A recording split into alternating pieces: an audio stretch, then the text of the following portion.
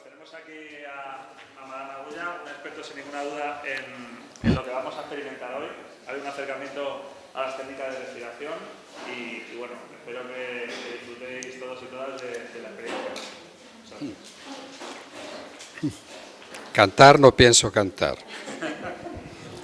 Bueno, buenas tardes. Agradecido de que estéis aquí, presentes. Y vamos, ¿se oye? No se oye. ¿Puedo hablar más alto por el micro o entra mucho ahí?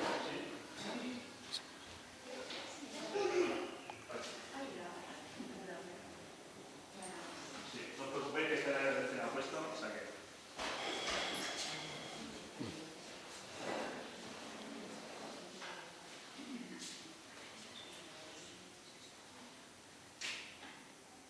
¿Sí? Decía, primeramente, agradecer vuestra presencia. Vamos a intentar una aproximación, un acercamiento para poder explorar de qué forma podemos mejorar nuestra respiración y cómo la respiración influye en nuestro bienestar psicofísico. ¿Okay?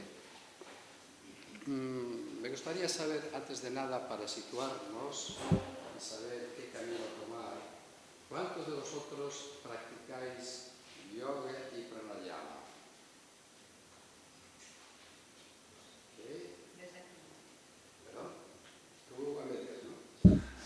Aquellos que no habéis practicado nunca algún tipo de respiración. Bueno, no respiramos todos los días, respirar es vivir, vivir es respirar. ¿Okay? Desde el primer momento de nacimiento, ¿qué hace uno al nacer? No os acordáis, yo tampoco, pero cuando uno nace, ¿qué es lo que hace? Llorar. ¿Por qué llora? Dios mío, lo que me espera en los próximos futuros años de mi existencia. Recuerdos del pasado, por lo tanto, ya un poco orientado hacia el dolor y el sufrimiento. Respirar. ¿Okay? La vida es un proceso de respiración hasta el momento de decirle adiós a este plano. Ahí hacemos un pranayama, un baka, que se llama respiración durante larguísimo tiempo. Bien, vamos a hacerlo evidentemente práctico. ¿Okay? Tengamos en cuenta que hay múltiples métodos de respiración, y máximo hoy en día, que se utilizan como técnica de bienestar integral. Por ejemplo, ¿cómo vencer la depresión, la ansiedad, la angustia, la agitación, el temor, el miedo y las fobias? La respiración es uno de los grandes medicamentos que existen. Obviamente, lo ideal es realizarlo diariamente a ser posible. Yo también os aseguro que en tanto en cuanto respiréis no vais a morir nunca. Lo primero que debemos considerar que la respiración es enormemente pobre, somos pobres respiradores. Respiramos unas 21.600 veces al día, más o menos, y unos 15 o 16 veces por minuto, 18, 20, pero, sin embargo, cuando uno controla la respiración, esa respiración, si se enlentece, podemos llevarla a cabo, evidentemente, los grandes practicantes, 1 o 2 veces por minuto, pero cuando menos podemos reducirla 6, 8, 10 veces por minuto. Cuando vivimos agitados, enseguida notamos que la respiración se agita. Cuando la mente está inquieta, desasosegada, enseguida vemos reflejado todo ello en una respiración agitada. Cuando estamos concentrados, tranquilos, enfocados, ¿qué es lo que hacemos? Notar que la respiración se estabiliza, es cómoda, es tranquila, ¿no? Es estable, etc. Por lo tanto, a través de la respiración accedemos al control, al entendimiento de la mente y de sus emociones. ¿Okay? No quiero extenderme en demasía porque no disponemos demasiado tiempo y lo vamos a hacer evidentemente práctico. Siempre me alejo de aquí y no me doy cuenta que están grabando ahí. Lo primero que debemos entender que habitualmente respiramos con la parte superior de los pulmones. Tengamos en cuenta que los pulmones son una masa elástica y esponjosa, ¿no? Por lo tanto, hay varios factores. A ver si me da tiempo incluir aquí en lo que pretendo indicaros lo más importante y lo más destacado, ¿eh? Normalmente, incluso, fijaros bien, me vienen a la mente los deportistas. A veces doy clase de yoga a deportistas llamados de élite. Os diría nombres, pero no quiero descubrirlos ahora y son tan famosos como Agustín Paniker aquí presente, ¿no? Entonces, a ver, respira profundamente. Y hacen esto, ¿no? Y digo, no respiréis tan profundamente que dejáis sin oxígeno al resto de la humanidad. Pero esto no es la cuestión. Están respirando con la parte superior de los pulmones. Sin embargo, la respiración más cómoda, más profunda, más agradable, más relacionada con el sistema nervioso parasimpático, aquel que nos lleva a un estado de relajación, de calma y de quietud, y tiene su gran influencia en el nervio vago que recorre áreas del organismo y de nuestros órganos internos, es esta respiración abdominal.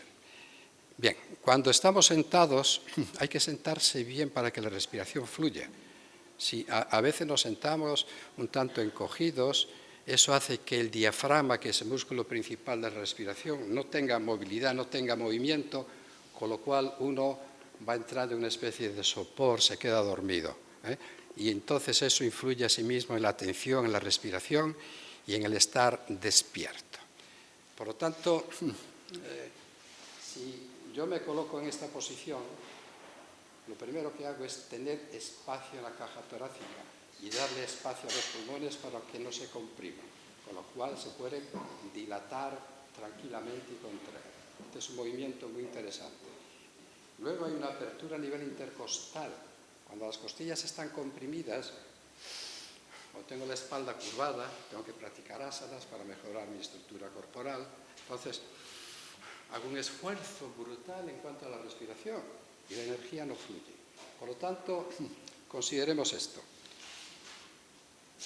Si estamos sentados como estamos en este instante, el que no está acostumbrado le cuesta va a tener cierto esfuerzo, ¿no?, que realizar hasta que tenga asimilado otro grupo de neuronas determinadas que a través de un hábito que vamos modificando vayan quedando grabadas y vayan modificando ese hábito negativo. Si yo me sitúo aquí, libero esta región del abdomen, lo cual va a dar lugar a que el movimiento del diafragma pueda producirse sin ninguna dificultad. Coloco las manos en esta posición, ¿sí?, a la altura de las costillas flotantes y los dedos hacia el abdomen. Intento mantener la espalda recta, sin forzar, no preocuparos.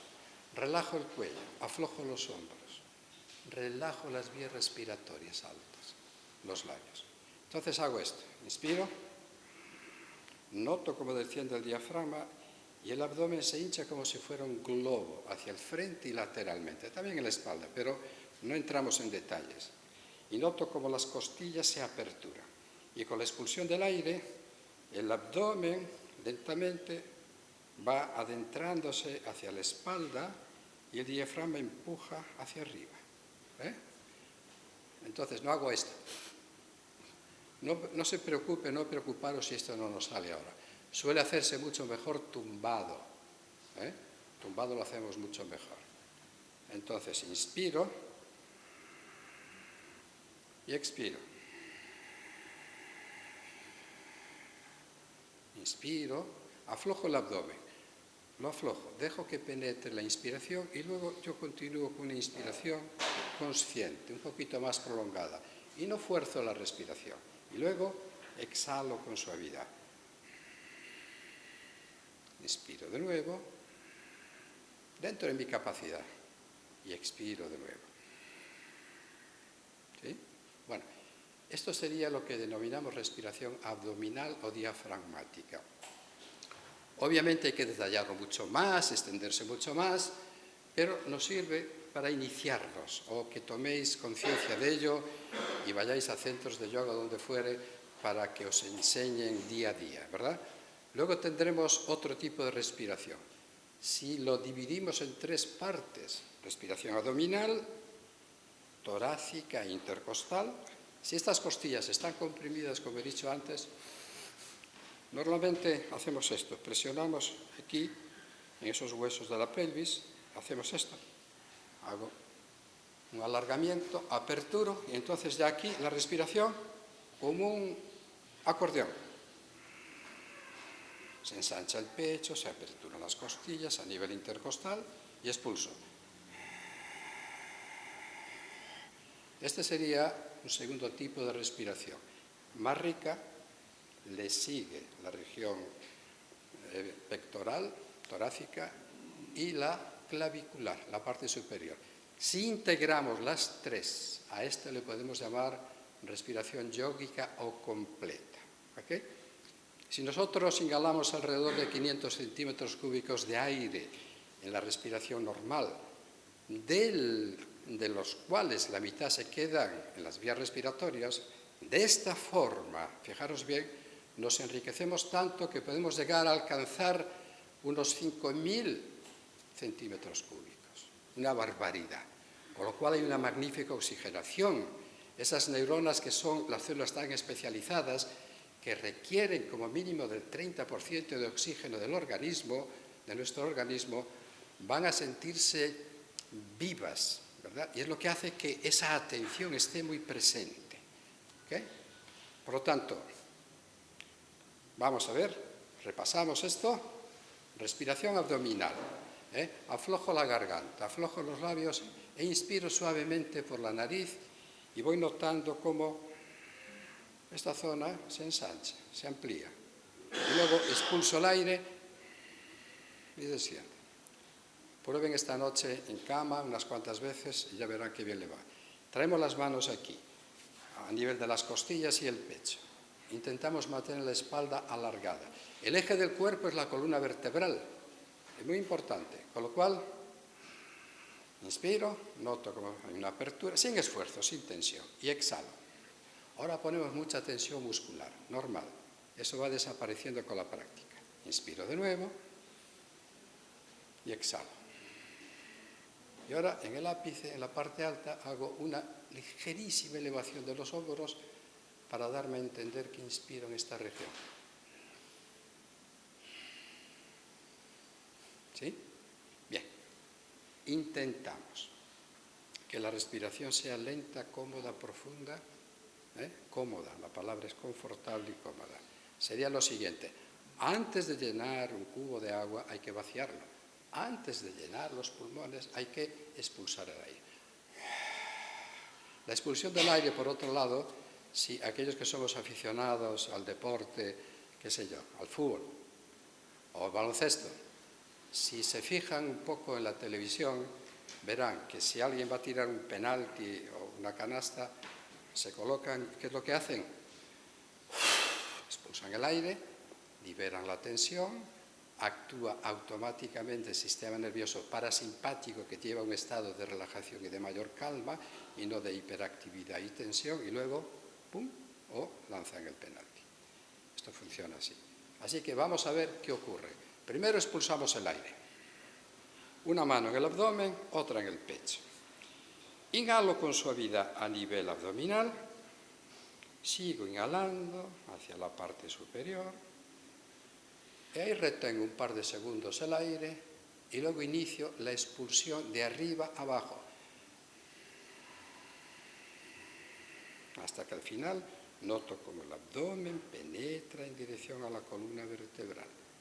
Aflojo el abdomen, inicio de nuevo la inspiración.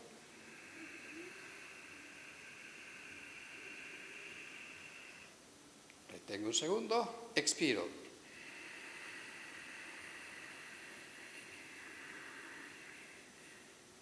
¿Me siguen aquí? Puedo hacerlo sentado, de pie, luego impulsando el movimiento de los brazos con el movimiento sincronizado con la respiración. Por ejemplo,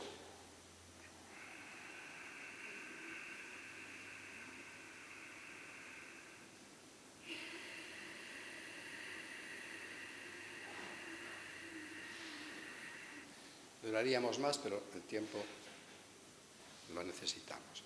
Bien, hasta aquí. ¿Alguna duda, alguna pregunta? Sí. A la hora de respirar, ¿se expira por la boca o por la nariz? Ni se come por la nariz, ni se respira por la boca. Normalmente la respiración es el órgano de respiración en la nariz que filtra partículas nocivas y al mismo tiempo hace que ese aire penetre sin dificultad en los pulmones y así hay menos enfriamientos, menos gripes, etc. Preferiblemente por la nariz, cuando estás tranquilo. ¿Alguna pregunta más? Bien, por lo tanto, esta respiración, una vez bien aprendida, nos va a llevar a otro tipo de ejercicios, tales como la retención a pulmón lleno, como la retención a pulmón vacío. Entonces, si yo hago esto, por ejemplo, expulso el aire primero, hago una inspiración,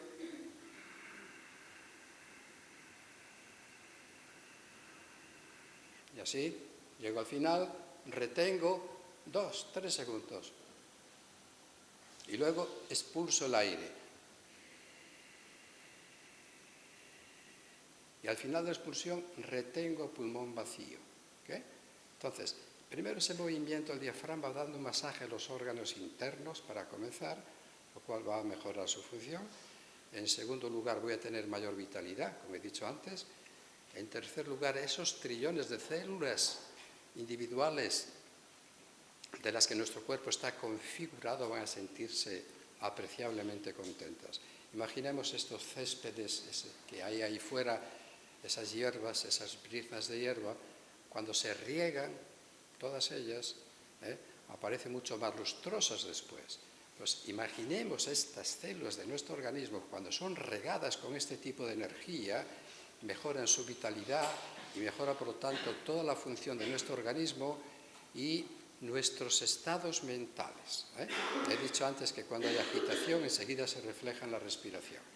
Cuando estoy inquieto, por eso cuando meditamos, por ejemplo, procuramos estar inmóviles, relajados, observando la respiración y aquietando y sosegando, por lo tanto, la mente. Y la respiración vamos notando que va disminuyendo su función y eso indica que va modificándose la presión sanguínea, las ondas cerebrales que se van modificando y al mismo tiempo entrando en un estado de relajación y calma muchísimo mayor. Bien, si tienen alguna pregunta en cualquier momento, no duden, por favor. Vamos a tapar la fosa nasal derecha con cualquiera de los dedos y vamos a hacer esto. Respirar varias veces. Bien, ahora tapemos la otra. ¿Quién respira mejor por la izquierda? Fosa izquierda. No hablemos de partidos políticos. Ojo. ¿Quién respira mejor por la derecha? ¿Vale? ¿Quién respira por las dos igual? Lo dudo. ¿Y quién respira por ninguna? Explico. Cada 2-3 horas más o menos hay una modificación, hay un cambio en la respiración donde si está activa la fosa derecha pasa luego a funcionar y a cubrirse la derecha y funcionar la izquierda y viceversa. Normalmente, 3 horas, 4. Los yogis saben que cuando esto se produce durante un periodo de tiempo largo, señal que va a haber algún tipo de patología, algún tipo de alteración.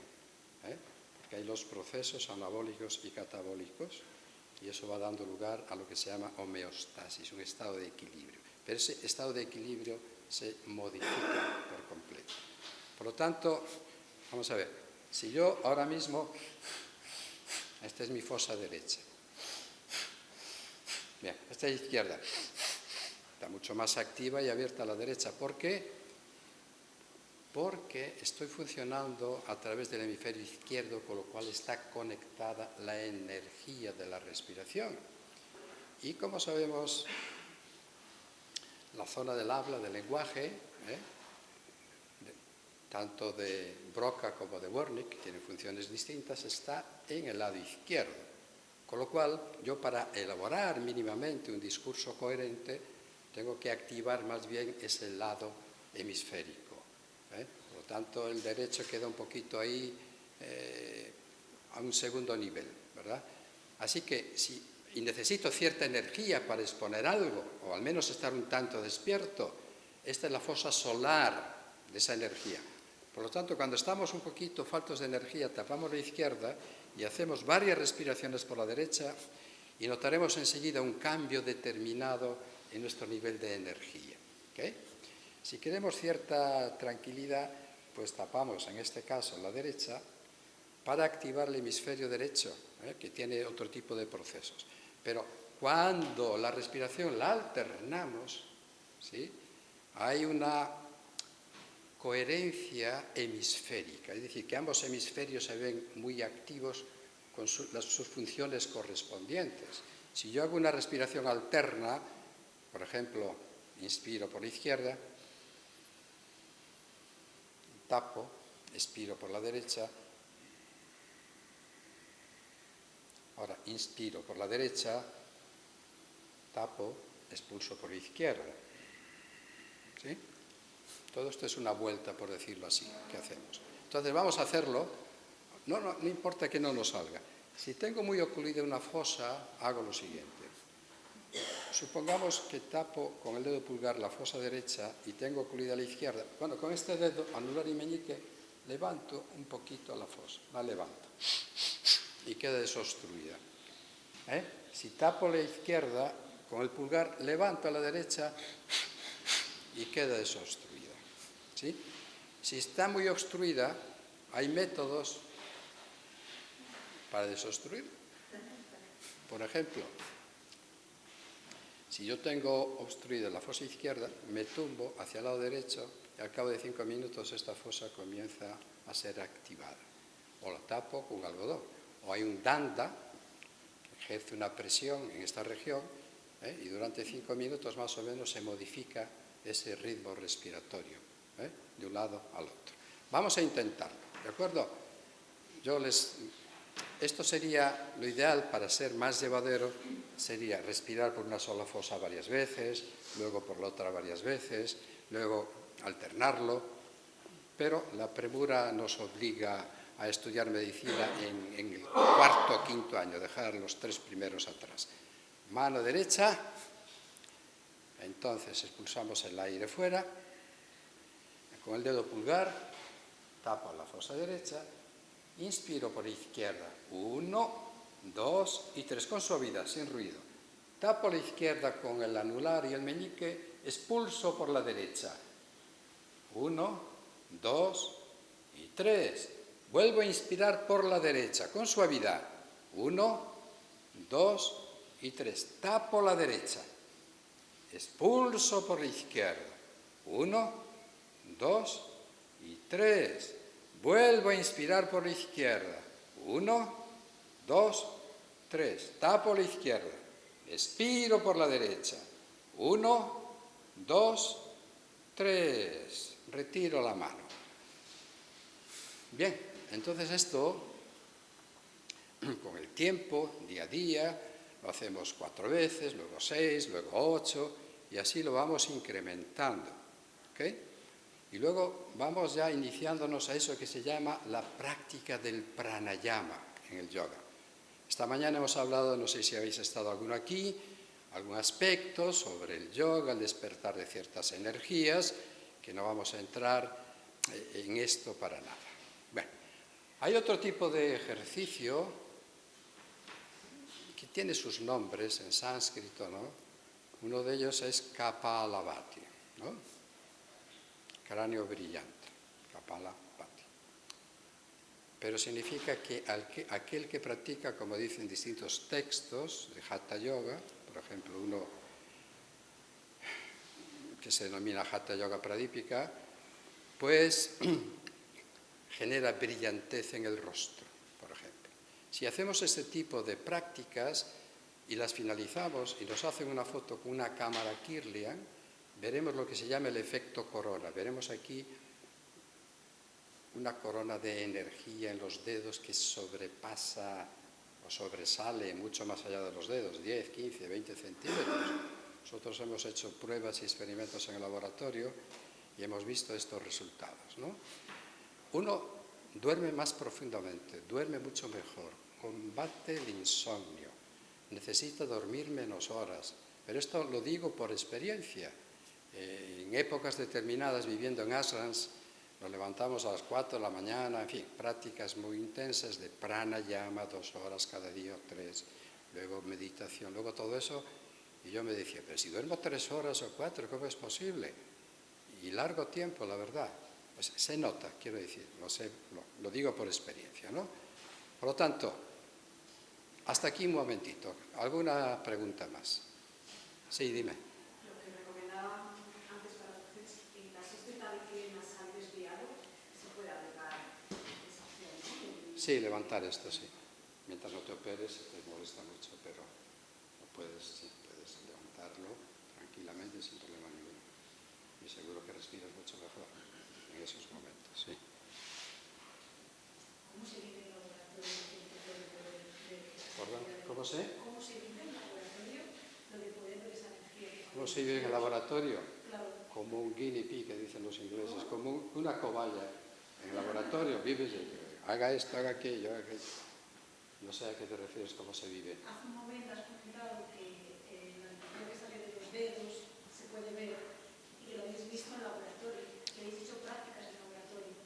Sí, no, he dicho que esto se hace con una cámara Kirlian, es una cámara muy determinada que genera un voltaje y eso entonces capta ciertas energías que emitimos, en este caso una flor, un ser humano, lo que fuere, y se puede apreciar lo que se llama eso el efecto corona, ¿no? Se llama efecto corona porque observa un color azul muy intenso o no, depende, o si no está un poco deteriorado por cualquier razón, ese color se ve disminuido, en fin, incluso se llegan a hacer,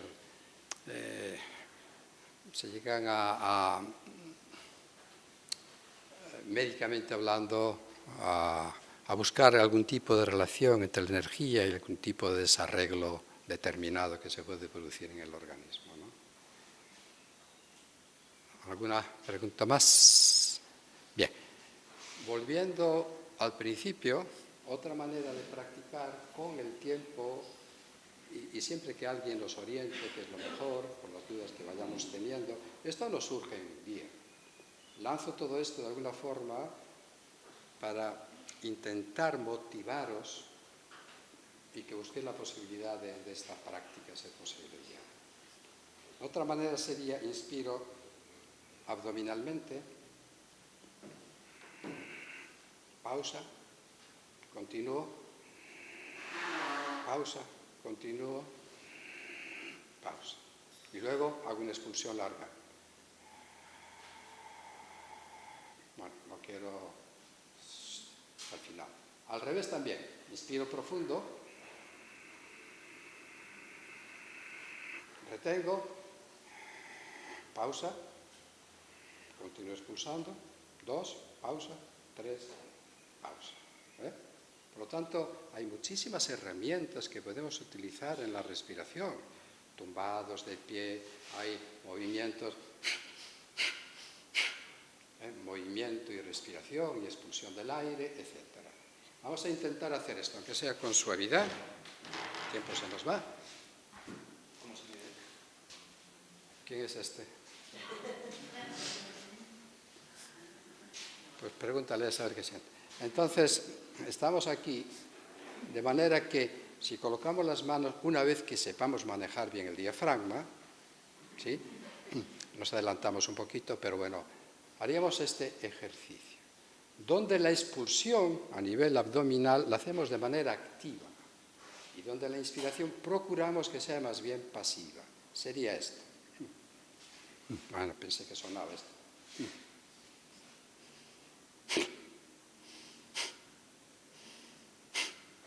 La expulsión, la inspiración, pasiva. Dejo que se produzca la expulsión.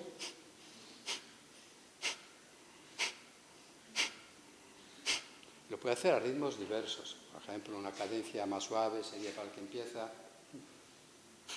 Expulso, aflojo, suelto.